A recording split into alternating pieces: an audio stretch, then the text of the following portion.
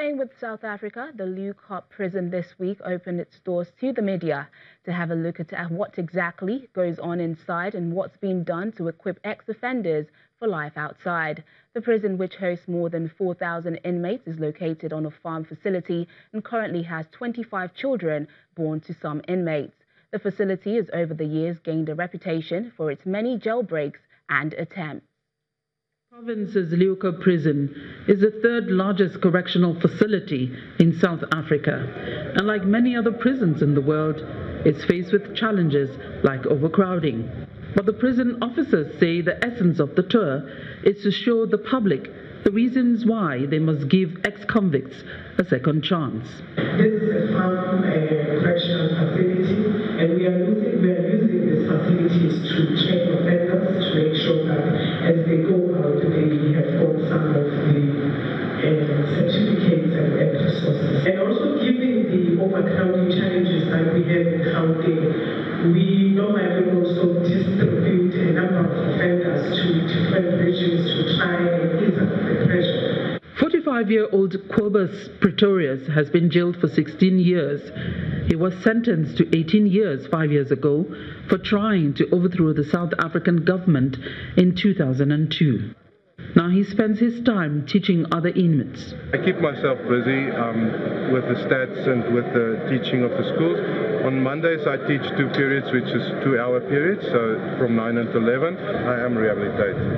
It depends on the inmate if you want to rehabilitate yourself. And it doesn't, the system is there, it's available for us to rehabilitate ourselves. But it depends on us if you want to rehabilitate yourself. On the day of our visit, an engineering examination was in progress. But beyond formal education, the center has its vegetable farm, a dairy, and a piggery that they're very proud of. They are breeding animals with different farms. The rest of that 1890 is those that we slaughter for all these centers. And on the other side, there is a well-equipped workshop, a bars with furniture making.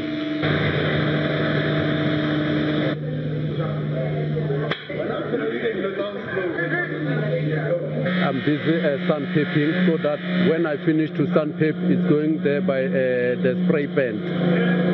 So in short, I'm doing finishing here. When I go out, we're going to, me and my fellow inmate, we are planning to open, to register an organization. The aim of our developmental programs is to make sure that we equip the offenders such that when they are reintegrated back into the community, they are able to can either find the jobs for themselves or maybe establish businesses for themselves. The Leeuwkop Correctional Facility is situated in the middle of a farm near Johannesburg, housing more than 4,000 inmates, 1,175 of them in maximum security.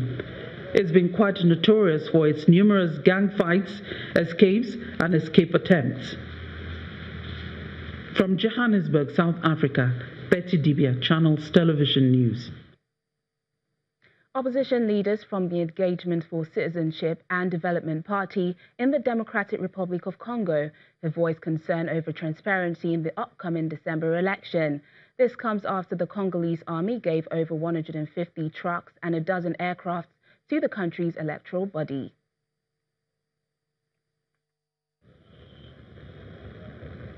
According to Congo's Electoral Commission, 300 trucks, 10 planes and 10 helicopters will be deployed to distribute material to various parts of the country for the December 23rd polls. But some opposition leaders have sounded the alarm, saying there is another sign that the country will not be able to hold free and fair elections. Doubts about the voting technology have increased fears that polls will be marred by chaos, following the delivery 2 weeks ago of tablet-like voting machines to be used in the exercise, despite suspicion from diplomats and the oppositions that the machines may enable fraud. I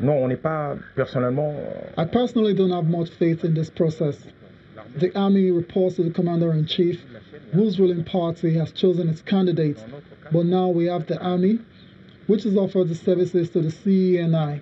But then we don't know if it's the CENI that is in charge of the election logistics, whether the trucks or aircrafts carrying the election material will be driven by drivers from the army. So now you have to wonder if the government wants to make us uncomfortable to the point where they say you either participate in these elections or you don't. Pour que le candidat Western governments and investors regard the vote as a crucial step towards ending political instability that is impeding investment in Congo, a country rich in natural resources but mired in poverty, economic and humanitarian crisis. Many fear that widespread voting irregularities could undermine the polls, especially after Congo's government rejected offers of advice, oversight and election funding from abroad. President Joseph Kabila is due to step down after 17 years in power. Still to come on the program. On our Africa Tech segment, we take a look at the climate control system, which works with or without electricity. Please stay with us.